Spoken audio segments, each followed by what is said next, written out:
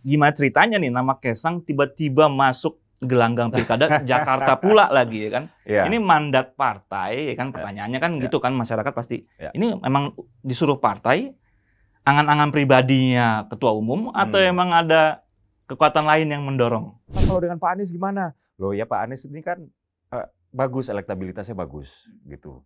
Nah, memang kemudian Mas Kaisang juga menyebutkan Pak RK juga bagus. Karena memang survei-survei sementara itu menjagokan dua nama ini. Tapi dari PSI sendiri sampai sekarang kan tidak ada semacam, wah nggak mungkin lah dengan Anies ya kan. Dulu kita habis-habisan mengkritisi Anies di Jakarta ya kan. Agustus itu akan ada kejutan dari Kaisang sendiri. Iya, sebenarnya sih akan ada kejutannya itu karena orang-orang itu udah banyak memberitakan soal Mas Kaisang ya. Oke. Apakah kejutannya justru karena Mas Kaisang nggak maju? Nggak jadi ya? Who knows? Iya. Tahu-tahu saya didaftarkan. Mantap. Amin. Kita panggil lagi ke sini.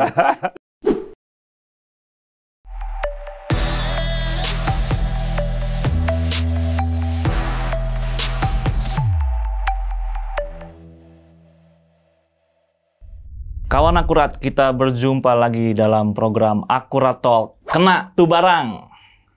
Tak lama setelah Mahkamah Agung mengubah syarat usia calon kepala daerah, nama Kaisang Pangarep langsung meroket di bursa calon Pilkada 2024. Tak butuh waktu lama, sosok anak bungsu Presiden Jokowi ini didorong masuk ke gelanggang Pilkada DKI Jakarta.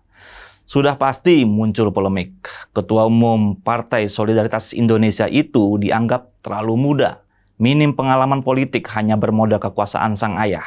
Ditambah lagi janggalnya proses pengubahan syarat calon kepala daerah di Mahkamah Agung, menambah sentimen negatif, seperti terjadi pada pencalonan sang kakak, Gibran Rakabuming Raka pada Pilpres lalu. Seserius apa Kaisang Pangarep memasuki gelanggang Pilkada DKI Jakarta? Bagaimana dengan kesiapan internal PSI mengawal ambisi sang ketua umum? Kaisang membidik Anies Baswedan, gimik atau target nyata? Benarkah ada Jokowi di balik langkah politik Kaisang? Kita membahasnya bersama pengurus pusat sekaligus juru bicara Partai Solidaritas Indonesia, PSI, Dedek Prayudi atau biasa teman-teman wartawan menyapa dengan Mas Uki. Mas Uki, siap. Terima kasih banyak sudah mampir di studio Akurat.co. Terima kasih sudah diundang. Mas Uki, ya. Kita mau bahas sang pisang.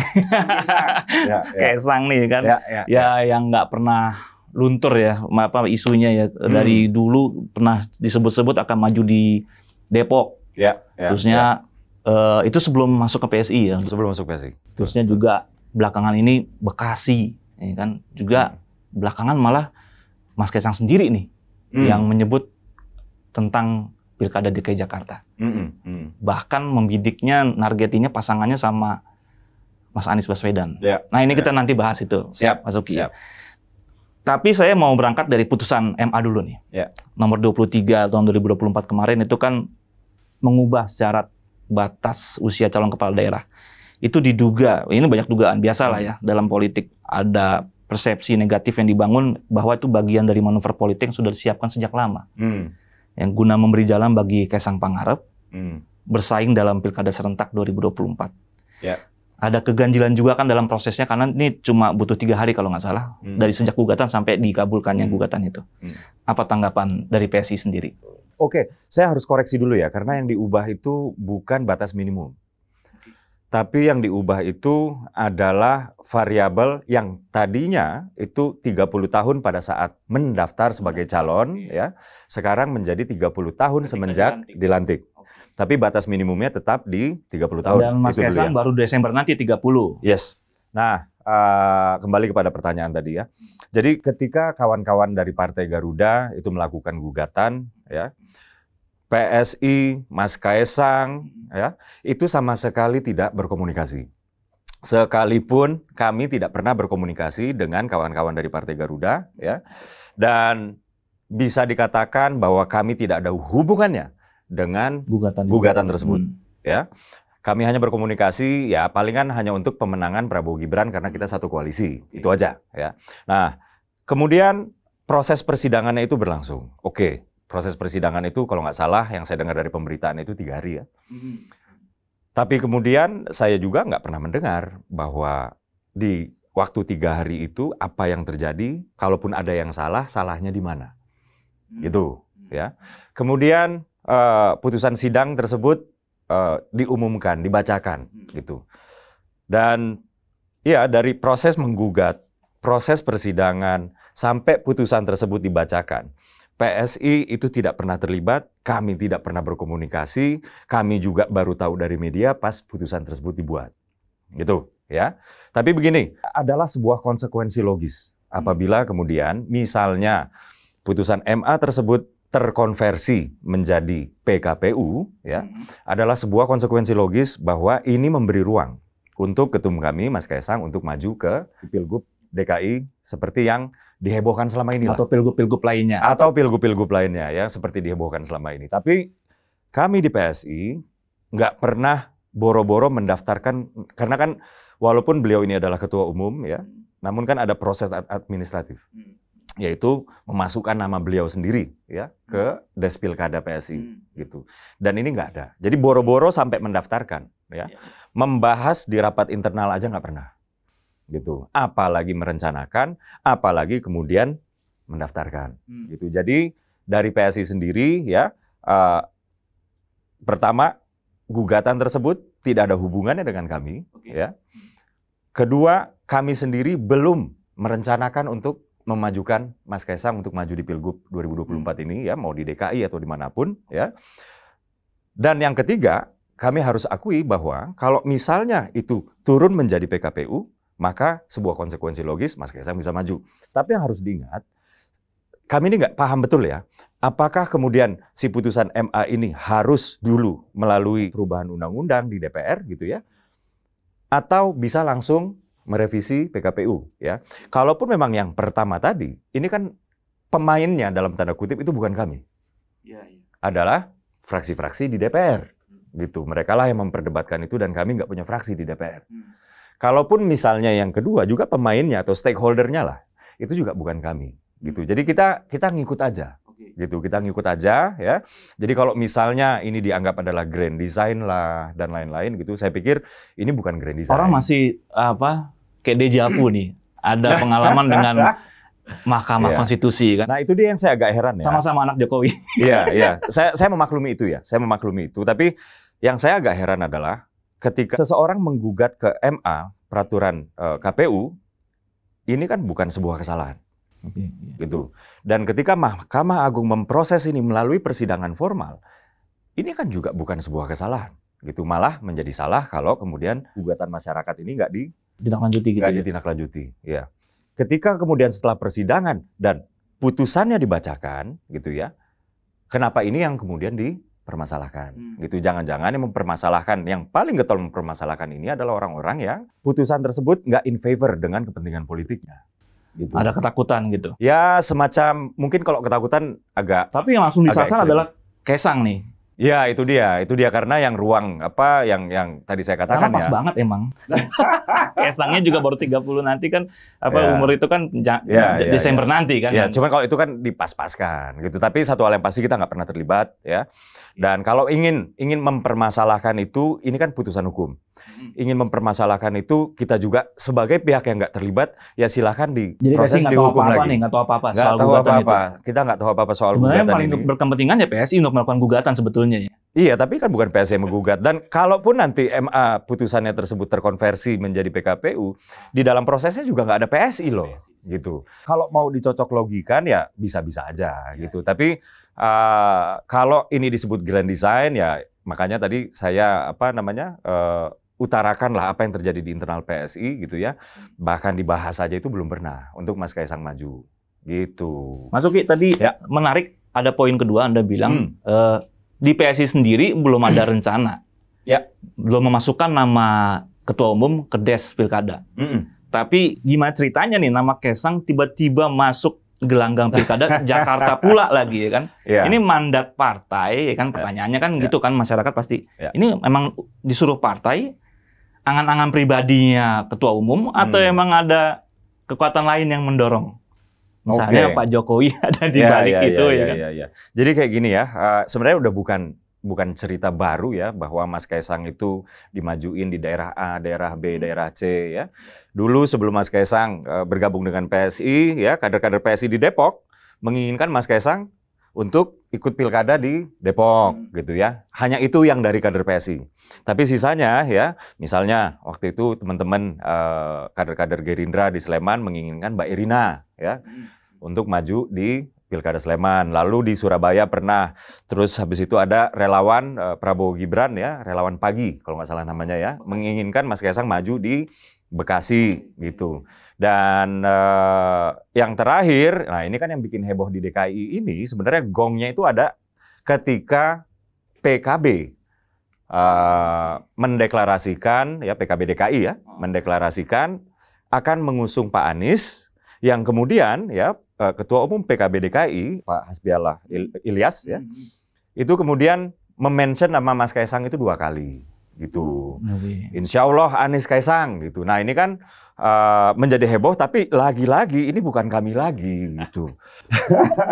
Jadi kalau misalnya dibilang orkestrasi, ya misalnya nih yang paling mungkin orkestrasi itu kan Koalisi Indonesia Maju karena kita satu koalisi. Tapi ini kan PKB bukan koalisi kami. Jadi bisa dibilang lagi-lagi ini bukan PSI lagi gitu. Jadi kalau misalnya bilang grand design, ya enggak juga. Ini PKB ini kan di luar koalisi.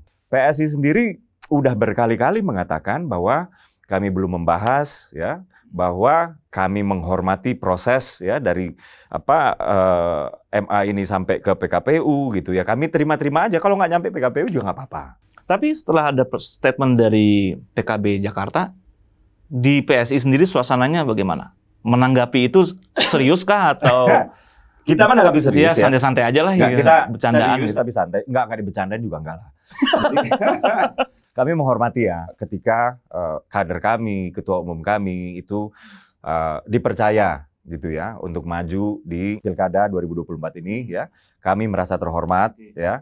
Dan kami nggak merasa, oh kami didompleng, oh kader kami dicuri, kayak gitu. Kami nggak merasa seperti itu, kami merasa terhormat. Kami merasa bahwa ini adalah sebuah bentuk pengakuan bahwa anak-anak muda berpotensi itu memang dibutuhkan lah, gitu ya, di kancah politik, setidaknya daerah, gitu ya. Kalau dalam konteksnya adalah Mas Kaisang, ya. Nah, jadi di PSI sendiri, kita ya merasa terhormat aja sih. Dan begini, di PSI itu ada 3 hal ya sebelum kami itu mau mengusung seseorang untuk pilkada. Yang pertama adalah figurnya tersebut harus memenuhi 3 subvariabel. Ya. Dia kredibel, dia memiliki kapasitas, dan dia memiliki acceptability yang bagus. Gitu. Acceptability ini diukurnya melalui elektabilitas di survei-survei. Makanya kemarin juga Mas Kaisang membuat statement ya ketika di doorstop ya. Wah, ini Pak Anies. Kalau dengan Pak Anies gimana? Loh ya, Pak Anies ini kan bagus, elektabilitasnya bagus gitu. Nah, memang kemudian Mas Kaisang juga menyebutkan Pak RK juga bagus karena memang survei-survei sementara itu menjagokan 2 nama ini gitu. Tapi kan nggak hanya ini yang dilihat. Gitu. Kredibilitas belum pernah kami bahas ya, kapasitas juga belum kami bahas di rapat internal ya. Lalu yang kedua, variabel yang kami lihat itu adalah apakah si calon tersebut, si bakal calon tersebut itu sesuai dengan DNA PSI, yaitu anti korupsi dan anti intoleransi. Gitu. Nah, variabel ini juga belum pernah kami bahas gitu. Dan yang ketiga, nah ini yang penting banget, yaitu kami ingin siapapun yang kami majukan di Pilgub kah, ya, atau Pilwalkot kah, ini harus memenuhi atau mengakomodir soliditas dan kekompakan Koalisi Indonesia Maju. Gitu, ya.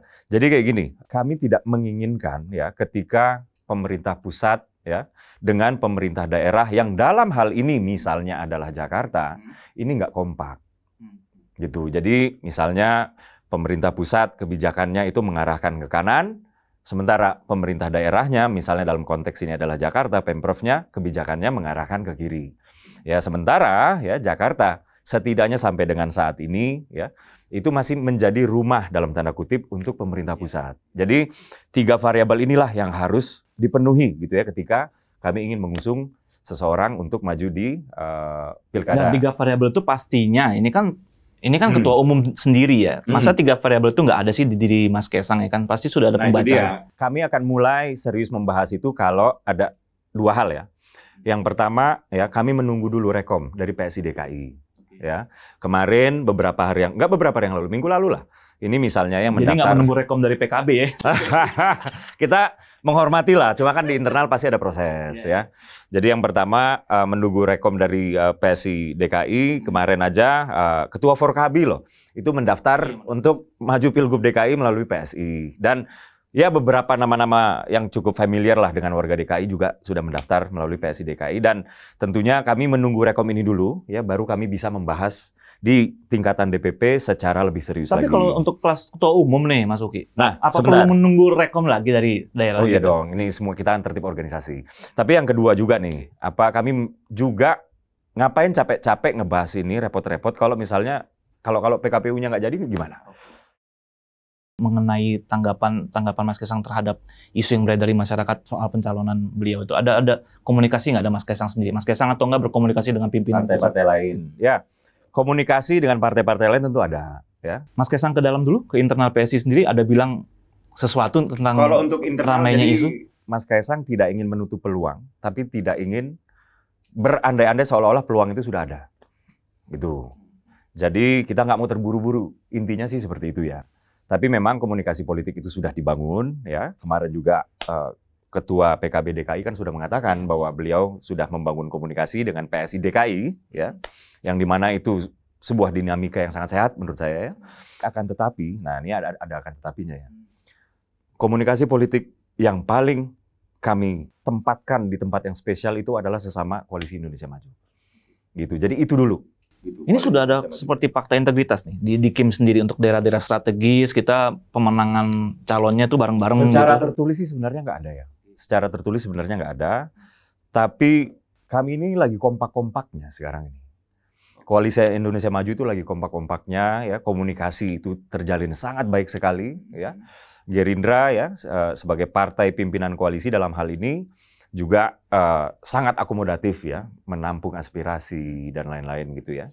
Dan kami sepakat, kami bertekad bahwa koalisi ini nggak hanya di level nasional. Jadi kayak begini, PSI bahkan ya melalui Ketua Dewan Pembina kami, Bang Jeffrey Giovanni ya saat itu pernah mengatakan bahwa ini koalisi kalau bisa malah dipermanenkan, kayak gitu. Yang dimaksud dengan dipermanenkan itu bukan hanya soal rentang waktu, tapi juga soal koalisi ini turun ke bawah sampai ke level pilkada, gitu. Dan inilah yang sedang kami coba. Ya, dan kami paham betul kok bahwa kadang-kadang dinamika di daerah itu kan politiknya beda ya dengan di tingkat nasional ya. Akan tetapi setidaknya tadi benar ya Bang Aldi tadi bilang ya, setidaknya area-area strategis misalnya seperti Jakarta gitu ya. Siapa yang kami usung ya di Pilgub ini adalah turunan dari kekompakan kami dari level nasional. Gitu. Jadi setidaknya Jakarta itu kami bertekad ini adalah wujud soliditas Koalisi Indonesia Maju. Makanya tadi poin ketiga saya bilang ini yang penting banget, yaitu menjaga soliditas dan kekompakan Koalisi Indonesia Maju. Tapi kalau dibilang fakta integritas ya nggak ada. Karena kan harus lihat-lihat juga ada daerah yang benar-benar landscape perkoalisiannya memang nggak bisa dipaksain, ada kayak gitu ya.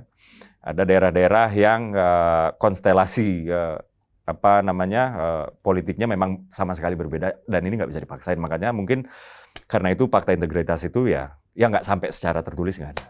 Nanti kita bahas soal Kim juga nih, Mas. Oke, tapi saya mau balik ke Anies Baswedan tadi. Ya. Kayaknya nggak ada semacam, kalau nggak salah nggak ada resistensi lah ya dari PSI sendiri ketika PKB menyebut cocok nih kalau Anies kita pasangkan dengan Kaisang gitu kan. Padahal PSI semasa Pak Anies menjabat Gubernur DKI Jakarta paling resisten, paling vokal untuk mengkritisi kebijakannya Pak Anies.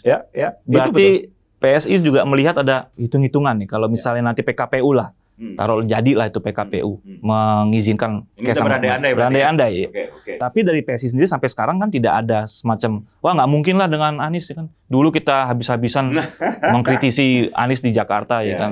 Ya memang kan kalau misalnya kita flashback ya ketika Pak Anies masih menjadi Gubernur DKI, PSI sudah memposisikan dirinya sebagai oposisi. Jadi yang kami kritik juga kan merupakan kebijakannya. Gitu. Sama halnya kok kalau misalnya kami berada di koalisi, ya katakanlah dibilang, oh PSI nggak pernah mengkritik pemerintah misalnya ya. Lah kan kita kan di koalisi gitu. Kalau misalnya kita mau kasih masukan, kita mau kasih kritikan, kita kan punya direct access, komunikasinya bisa langsung. Kita adalah bagian dari tim itu gitu. Kalau kita menjadi bagian dari tim tersebut terus mengkritik keluar, itu muatannya kan jadi politis. Secara substansi malah nanti bisa sumir, malah kabur gitu. Nah, dengan Pak Anies, kami ini kan oposisi. Jadi wajar ketika itu yang kami kritik adalah kebijakannya gitu. Saya ingat betul nggak pernah PSI mengkritik personal. Gitu. Yang PSI kritik adalah kebijakan seorang gubernurnya gitu. Nah, kembali lagi kepada resistensi tadi ya. Saat ini semuanya masih sangat cair, Bang Aldi. Jadi kami tidak ingin menutup ruang buat siapapun ya. Kami juga tidak ingin memastikan bahwa ruang ini sudah terisi oleh siapapun gitu. Jadi komunikasi masih dibangun ya. Dan Mas Kaisang sudah mengatakan bahwa ya Pak Anies elektabilitasnya bagus dan elektabilitas adalah satu bagian lah, satu subvariabel yang diperhitungkan ketika kami ingin mengusung seseorang gitu. Ya memang masih ada yang lain gitu. Cuman setidaknya dari elektabilitas Pak Anies mumpuni. Iya, Gitu. oke. Gitu. Jadi bukan karena dulu kita oposisi terus jadinya personal, nggak mungkin gitu. Ya nggak juga lah. Saya yakin Pak Anies kan juga sudah melakukan hitung-hitungan ya. Peta politik di Jakarta, basis masa dia 2017 lalu itu kan. Nah, Mas Kaisang sendiri ada ini nggak semacam survei kecil-kecilan, udah mulai melakukan Belum. gerakan-gerakan di bawah gitu? Belum. Tapi belusukan udah mulai. Ya, kemarin itu sholat Jumat ya. Cuman saya pikir kalau sholat Jumat itu sesuatu yang normatif aja lah. Masa sholat Jumat kemudian dikait-kaitan sama politik. Cuman yang namanya Kaisang Pangarep, ketika sholat Jumat dikerumunin orang kan wajar ya. Jadi muatannya nggak politis lah. Terus dibilang belusukan ya gimana ya? Kayaknya saat itu bukan belusukan ya. Habis sholat Jumat kemudian ya udah bersalam-salaman selain agenda itu berarti nggak pernah turun ke bawah, ngecek-ngecek suara gitu, ngecek-ngecek tren elektabilitas. Saat ini belum ya. Kemarin itu berhubung saya bukan Des Pilkada ya, tapi saya pernah nanya sih sama teman-teman Des Pilkada. Nanti itu diwajibkan sudah harus ada survei semua bakal calon itu bulan Juli. Oh, Juli. Bahkan dibolehkan itu Agustus. Berarti mulai dari sekarang dong nih. Melakukan survei. Ini belum diwajibkan untuk survei. Jadi terserah gitu. Jadi kalaupun ada survei yang kayak kemarin nih, kata data ya, itu yang menjagokan Pak Anies dan Pak RK, ya kita juga tetap lototin gitu. Cuman itu bukan survei yang ibaratnya dari orang yang kita minta untuk coba buktikan bahwa Anda memiliki elektabilitas yang tinggi atau akseptabilitas masyarakat terhadap Anda itu bagus. Nah, itu belum kami wajibkan sekarang gitu. Jadi kalaupun ada survei itu bukan bagian dari proses perekrutan calon kepala daerah yang ada di PSI gitu. Cuman kalaupun ada yang melakukan survei tetap kita pelototin hasil surveinya gitu. Jadi di sini masih sangat cair ya. Posisi wait and see itu saya pikir semua parpol ini sekarang masih kayak begini. Kadang-kadang kalau misal kita majuin bidak yang ini kan lawan catur kita kan jadi tahu dia harus mau majuin apa kayak gitu loh. Jadi ada hal strategis juga yang diperhitungkan gitu. Di luar hal-hal yang kaitannya kayak tadi tuh Koalisi Indonesia Majunya, figurnya harus sesuai dan DNA PSI dan lain-lain lah. Iya. Nah, soal Koalisi Indonesia Maju tadi kan ada nama lain cukup kuat ya di bursa bakal calon ini masuki dan sudah dikonfirmasi juga oleh beberapa parpol kan Golkar, Gerindra itu mengarahnya ke Ridwan Kamil. PSI juga berkomunikasi dengan partai-partai lain untuk memasukkan nama Kaisang dipasangkan dengan ada kemungkinan possibility-nya wah ketum kami dipasangkan dengan Kang Emil misalnya gitu. Ya. Tentunya tadi seperti yang saya katakan ya bahwa Koalisi Indonesia Maju atau partai-partai politik yang berada di dalam Koalisi Indonesia Maju itu mendapatkan tempat khusus. Gitu. Apabila kemudian partai-partai tersebut menjagokan Kang Emil ya, tentunya hal ini kami pertimbangkan dengan sangat serius. Gitu ya. Jadi sekali lagi saya garis bawahi, kami pertimbangkan dengan sangat serius gitu. Nah, apabila kemudian ini sudah mengarah kepada Mas Kaisang ya kembali lagi kepada yang tadi itu. Nah, ini kita nggak bisa terburu-buru. Kita masih menunggu pertama adalah rekom dari DPW ya. Kedua adalah ngapain kita capek-capek gitu ngomongin jagoin Mas Kaisang, wah kita udah susun strategi toto PKPU-nya nggak jadi kayak gitu. Kalau berbicara soal Kang Emilnya ya, dan kami sudah berbicara juga dengan Partai Gerindra. Partai Gerindra sudah jelas ya memberikan rekom. Dan ini rekomnya dari DPP nih ya. Gerindra ya kepada Kang Emil. Tentunya ini mendapat bukan hanya perhatian khusus tapi juga pertimbangan yang super serius di sisi kami ya, yang dimana kami di DKI itu lumayan lah 8 kursi ya, 5 besar ya. Dan kalau berbicara soal akan disandingkan dengan Mas Kaisang, ya tentunya kami nggak berani melangkahi apa yang sekarang masih menjadi aturan lah. Tapi mungkin kan Koalisi Indonesia Maju juga malah merekomendasikan Kaisang sendiri gitu untuk Sangat mungkin, sangat mungkin. Jadi ada beberapa ya obrolan-obrolan obrolan informal lah gitu ya. Memang ada beberapa teman-teman di luar PSI ya yang menginginkan Mas Kaisang maju gitu. Teman-teman ini di KIM ya, di Koalisi Indonesia Maju gitu ya. Dan saya pikir ya ini juga sah-sah aja gitu. Tapi kalau misalnya PSI-nya sendiri yang ditanyain ya kita nggak bisa lah melangkahi PKPU gitu. Ini kalau misalnya kita main hantam kromo nanti semakin mengkristal persepsi bahwa ini adalah grand design segala-segala kayak gitu loh. Kayaknya ambisius banget Iya. Iya, nanti salah lagi kita. Tapi betul ya dari dalam KIM sendiri, dari lingkaran KIM sendiri udah mulai ada ini udah putusan MA nih kayak angin segar juga nih buat kita majuin ketua umum PSI untuk menjadi ruang tersebut sudah setengah terbuka. Gitu. Tapi mengatakan bahwa ruang tersebut sudah cukup terbuka untuk Mas Kaisang masuk ke dalam ruangan tersebut ya belum. Gitu. Dan tentunya kalau dibilang angin segar ya namanya juga setengah terbuka, lumayan lah gitu, ada harapan. Ada angin. Kalau sudah KIM sudah mengerucut nih misalnya. Ya. Tolonglah RK kan untuk kandidat gubernurnya. Tapi kalau untuk pasangannya kan belum ketemu kan. Ya. Kayaknya Kaisang kan mungkin yang kita dengar juga ya. Ya kalau berandai-andai ya sangat mungkin. Kita dengar juga dari KIM sendiri kan ada arah ke sana kan. Ya. Memang teman-teman di partai lain di KIM ini memang secara informal ada yang menginginkan. Artinya saya bilang ini juga belum diputuskan oleh KIM ya. Cuman memang obrolan formal ini ada yang menginginkan Mas Kaisang untuk maju ya sebagai nggak tahu lah DKI 1-nya atau DKI 2-nya Kang Emil gitu ya. Dan ya kita sih merasa terhormat aja sih sebenarnya ya bahwa ada pengakuan dari partai lain, di sini ada game changer dan itu adalah kader PSI ketum kami yaitu Mas Kaisang Pangarep. Ya kita merasa terhormat gitu. Jadi kalau misal berandai-andai PKPU-nya jadi gitu, ruang tersebut sangat terbuka, kemudian koalisinya merestui ya saya pikir sih juga why not sebenarnya kayak begitu ya. Tapi satu hal yang pasti begini ya. PSI itu bertekad untuk memajukan kader sendiri di DKI. Gitu. Terkait dengan namanya siapa, nah ini yang masih belum kita putuskan lah. Gitu. Untuk sekarang ini bola itu ada di tangan DPW PSI DKI. Rekomendasi belum masuk ke belum, dan kita nggak nge-push mereka untuk buru-buru juga. Ada beberapa daerah yang udah memberikan rekom, ada ya. Sehingga beberapa hari yang lalu kan Mas Kaisang misalnya ya mendeklarasikan dukungan PSI bulat misalnya ke Ibu Khofifah dan Mas Emil Dardak ya.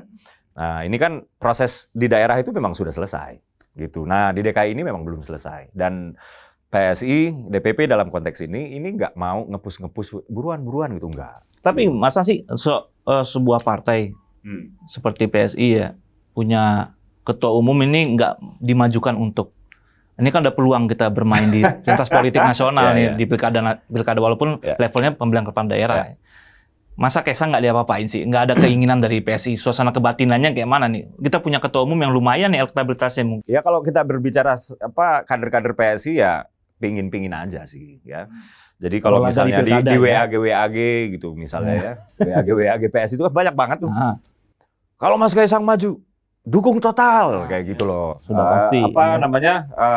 Tentunya kami menginginkan dan kami merindukan ya ada kader kami yang menjadi kepala daerah, baik itu gubernurkah atau wakilkah gitu.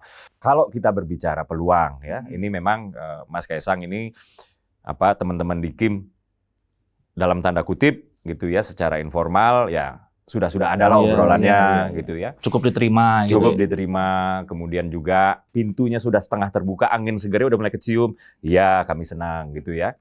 Tapi kalau misalnya kita bilang ada apa enggak dan ini adalah pendapat kelembagaan ya, ini belum bisa kita simpulkan. Kita belum bisa simpulkan. Tapi kalau misalnya pendapat individual yang berada di dalam PSI misalnya ya tentunya sudah banyak memang desakannya. Gitu. Mas ada yang bilang loh kalau langkah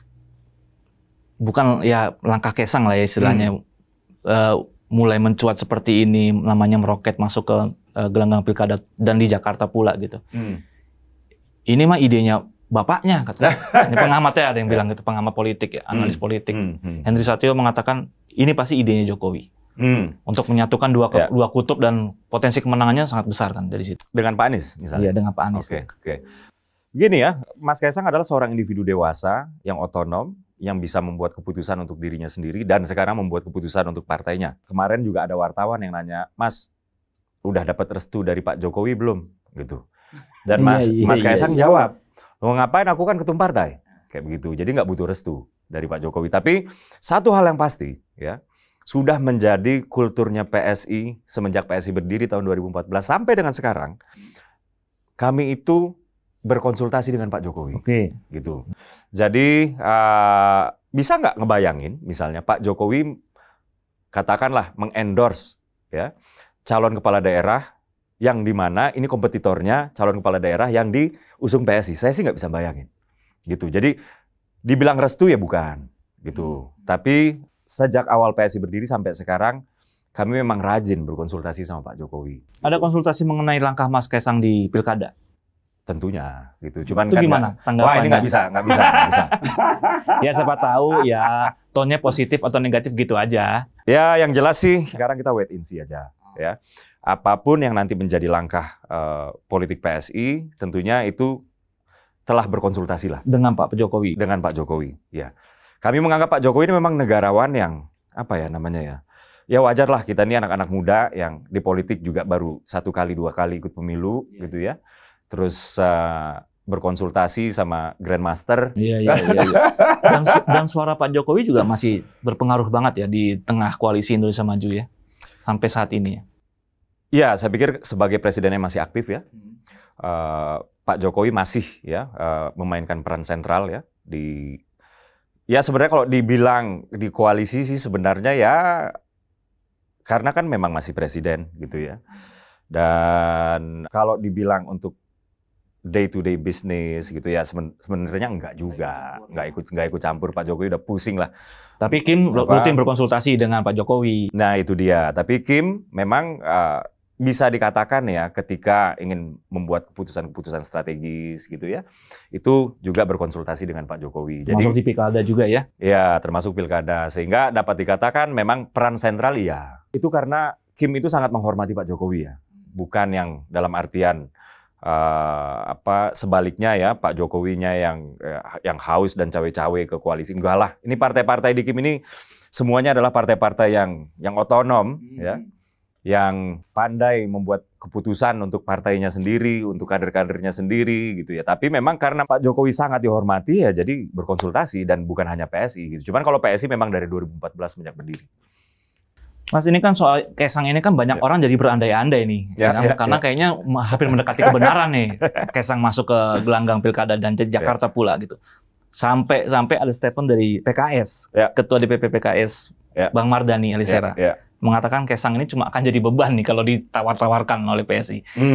Beban bagi kandidat atau partai jika benar diusung masuk Pilkada. Beban bagi partai lain dan kandidat yang akan dipasangkan gitu loh. Karena kan kalau terutama konteksnya mungkin dengan Anies Baswedan ya. Basis pendukungnya juga berbeda gitu. Nah ini dari PSI sendiri ya melihat juga kan mengakui juga ya ada kontroversi ya ketika Mas Kaisang menjadi ketua umum cukup cepat prosesnya. Di MA juga keputusannya cukup cepat.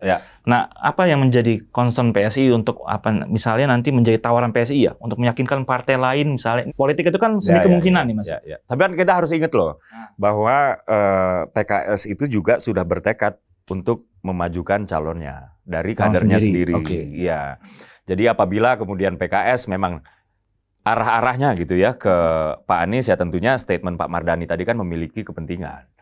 Gitu bahwa PKS ingin memajukan kadernya. Jadi saya nggak mau terlalu menganggap serius gitu statement Pak Mardhani tadi. Kalau misalnya saya melihat background-nya gitu, PKS sudah mendeklar kok bahwa sebagai partai terbesar di DPRD DKI Jakarta, kami layak pantas berhak untuk memajukan kader kami untuk maju di Pilgub gitu. Yang di mana PKS juga ini kelihatannya ya ini akan ke Pak Anies juga gitu. Jadi ketika Pak Mardhani ngomong seperti itu ya saya nggak mau tanggapin terlalu serius lah gitu. Tapi kan kalau memang betulan beban ya nggak mungkin lah ini Kaisang ini namanya muncul terus. Saya dipanggilin diundang terus gara-gara pihak-pihak lain yang memunculkan nama Kaisang kayak gitu loh. termasuk salah satunya adalah Akuratalk gitu.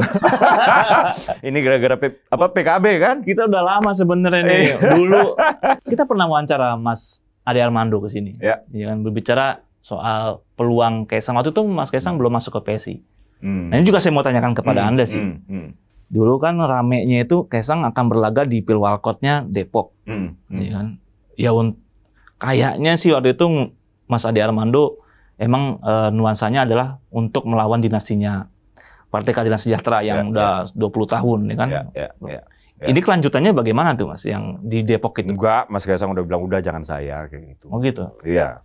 Terlalu kecil ya buat ketua umum untuk berlaga di tingkat 2 gitu? Ya, logika yang seperti itu masuk, ya, sebagai logika politik, ya. Akan tetapi, tunggu aja nanti, ya, di bulan Agustus kami sudah punya nama lain. Untuk Depok? Untuk Depok, ya. Jadi yang jelas, kalau ini udah saya bisa firmkan ya, maksudnya sudah bisa saya infokan secara tegas bahwa Mas Kaisang sendiri yang pernah disinggung soal ini ketika di rapat internal, jangan saya, kayak gitu. Ya. Apakah ini kaitannya karena terlalu kecil gitu ya, sebenarnya nggak pernah dibahas kenapanya ya. Tapi saya pikir logika yang terlalu kecil ini ya cukup masuk-masuk aja sih, karena beliau ini kan ketua umum partai. Kemudian Depok ini adalah daerah tingkat 2 dengan segala hormat ya kepada warga Depok gitu. Sehingga ya saya pikir logika tadi itu ya masuk-masuk aja sih gitu. Jadi Mas Kaisang nggak akan maju di Depok dan PSI sudah punya nama lain ya dengan misi yang sama ya, sebenarnya bukan memerangi dinasti PKS, sebenarnya bukan gitu ya. Tapi memang Depok ini faksi partai-partai nasionalis ini sudah lama tertidur lelap gitu.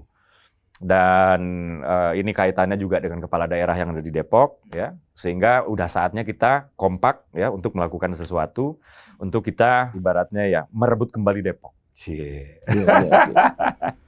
Mas itu ngomong-ngomong soal Agustus, pinjam 100 tunggu Agustus katanya Sekjen ya. Terus Mas Kaisang juga bilang Agustus, bener Agustus berarti? Benar.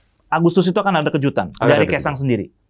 Iya, sebenarnya sih akan ada kejutannya itu karena orang-orang itu udah banyak memberitakan soal Mas Kaisang ya. Oke. Apakah kejutannya justru karena Mas Kaisang nggak maju? Nggak jadi ya. Who knows? Iya. Tahu-tahu saya yang didaftarkan.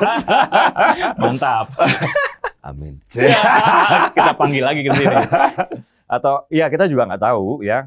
Karena kadang-kadang persepsi publik ini menggelindingnya lebih cepat daripada mekanisme internal partai. Jadi kalau di internal partai sendiri kita belum pernah membahas, dan balik lagi ini masih di tangan DPW sekarang ini gitu. Kita menunggu DPW dulu ya memberikan rekom, baru kita membahas secara serius. Dan kalau memang dikaitkan dengan Mas Kaisang, tunggu dulu yang PKPU ini baru kita bisa membahas secara serius. Artinya ruang itu nggak ditutup, ruang itu juga belum kita ibaratnya kita isi dengan seseorang sehingga orang lain nggak bisa masuk. Kita pikir gitu. Pinjam 100 tunggu Agustus berarti lastminute.com nih mainnya nih kan. Bisa tiba-tiba last minute nyalon aja bisa gitu. Bisa jadi Begitu ya. Ya, bisa jadi Mas Kaisang maju bisa. Ya. Tapi syaratnya itu PKPU tadi dan sudah melalui beberapa proses di internal. Bisa jadi juga bukan Mas Kaisang gitu. Tapi satu hal yang pasti udahlah sekarang pokoknya giliran kader PSI deh yang maju. Itu satu hal yang pasti. Mengenai nama belum ada yang pasti sekarang. Yang pasti gitu. Possibility-nya ketua umum lebih besar lah ya. Bisa jadi. Oke. Mas Uki, thank you berat ya. Siap, Pak Aldi. Kawan Akurat. Demikian dulu episode kali ini. Semoga bermanfaat, semoga mencerahkan. Kita akan bertemu lagi dalam episode selanjutnya. Akuratalk. Kena tuh barang.